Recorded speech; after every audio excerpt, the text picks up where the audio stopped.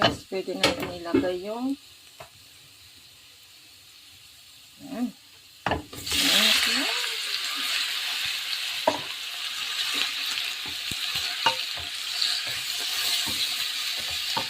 Ayan guys.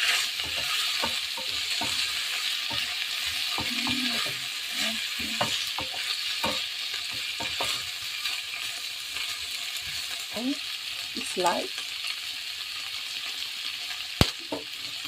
Wala ako yung lips ng paninta na ubos. Hindi ko na lang lalagyan. Kasi wala kami yung hindi vegetarian. Ayan. Tapos, soy sauce. Yung silver sauce.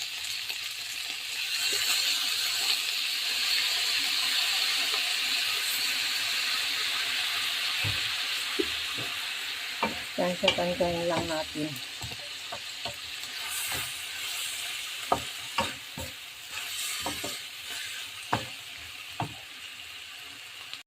Ayan, tatanggalin na natin ang takip. Kasi,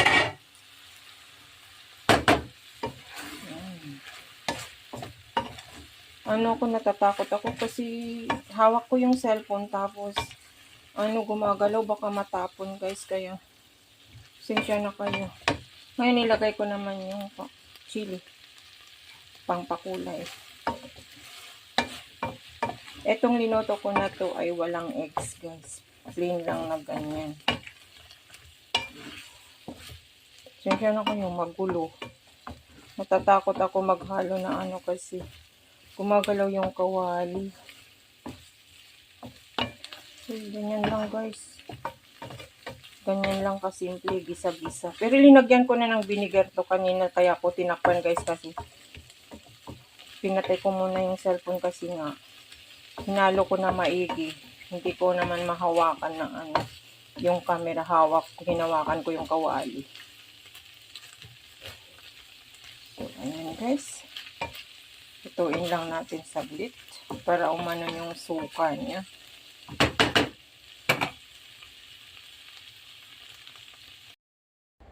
So, ayan guys, meron po tayong i-prepare na naman na lulutuin ko for aking lunch na ulam for today guys. Ito po yung yung pinagmarinitan ko ng chicken kagabi, magdamag yan. So, ayan po yung aking chicken, 6 drumstick. Tapos, ayan, patatas na ibinabad ko para hindi mangitim. At meron po akong sitaw na konti at yung aking sibuyas, red onion, and white onion at saka garlic. Kasi po mag-iimbento na naman po ako sa aking sariling version. Nag-iisip po ako ng mga nakakaibang luto ba para maiba naman yung mga ginagawa ko guys. So, ayan. Ayan. So, mag-start na po tayo na magluto. Ito po, hindi ko po tinapon yung pinagmarinitan ko. Minarinate ko po yan drumstick ng 1 tablespoon na oyster sauce, vegetarian oyster sauce, kasi yun ang meron kami available. And soy sauce, silver swan, at saka black pepper, and konting honey. 1 teaspoon honey. So, ayan guys. At yan. Magdamag yan at sigurado na nakuha na niya yung lasa yung pinamarinate ko kagabi. Marinate ko nung mag-start ako na magluto ng dinner. So, ngayon ay alas 11 na ng umaga. So, start to cooking na kasi gutom na rin ako. Ito po ang aking kakainin na walang rice. Kasi ito po, ang lagi kong inaano guys, kung may patatas na, hindi na ako nagra-rice kasi ito parang patatas na rin po ito. Ay, parang rice na rin to. Heavy sa stomach po yan guys. So, let's see guys, mag-start na po tayo na magluto. Samahan niyo po ako hanggang sa dulo guys. So, start na po tayo na magluto. Wala, hawak ko ang cellphone ko guys kasi yung binigay ng friend ko na stand is maliit.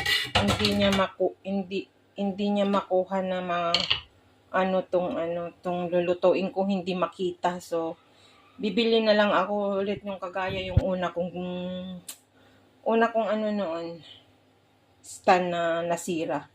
So,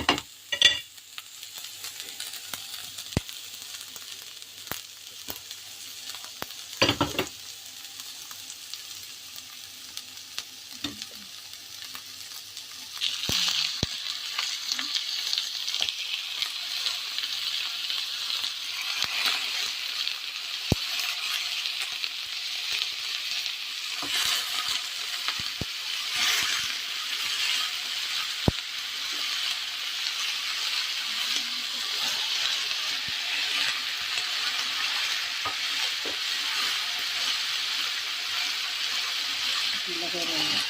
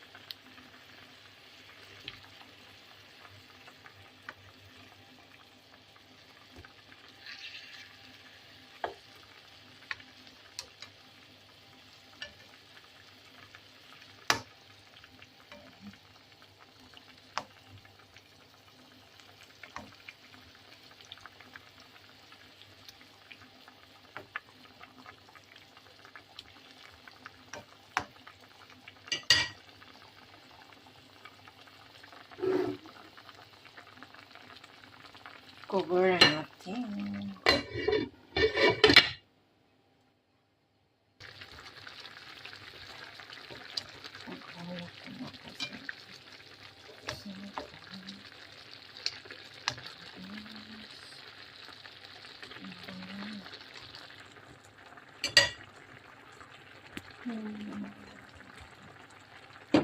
Para maluto.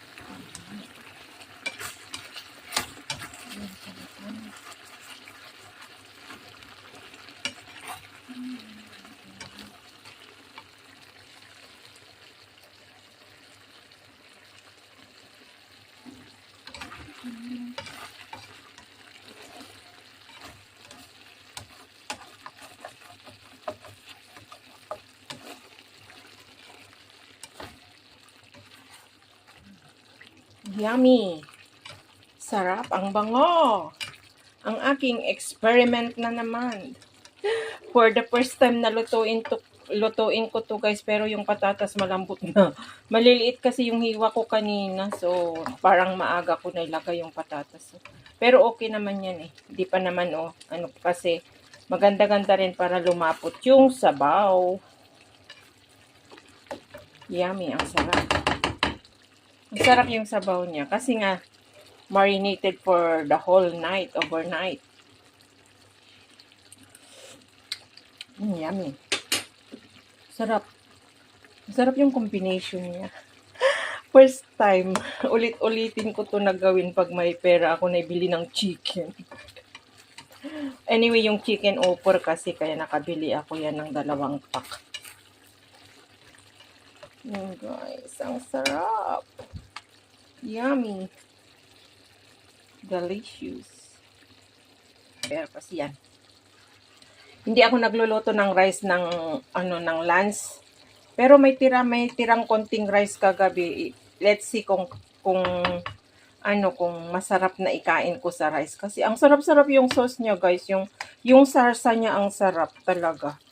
Kung sino yung gustong gumaya nito, gayahin niyo guys, hindi ako mapapahiya na mag-recommend na gayahin niyo yung luto kasi nga ang sarap talaga.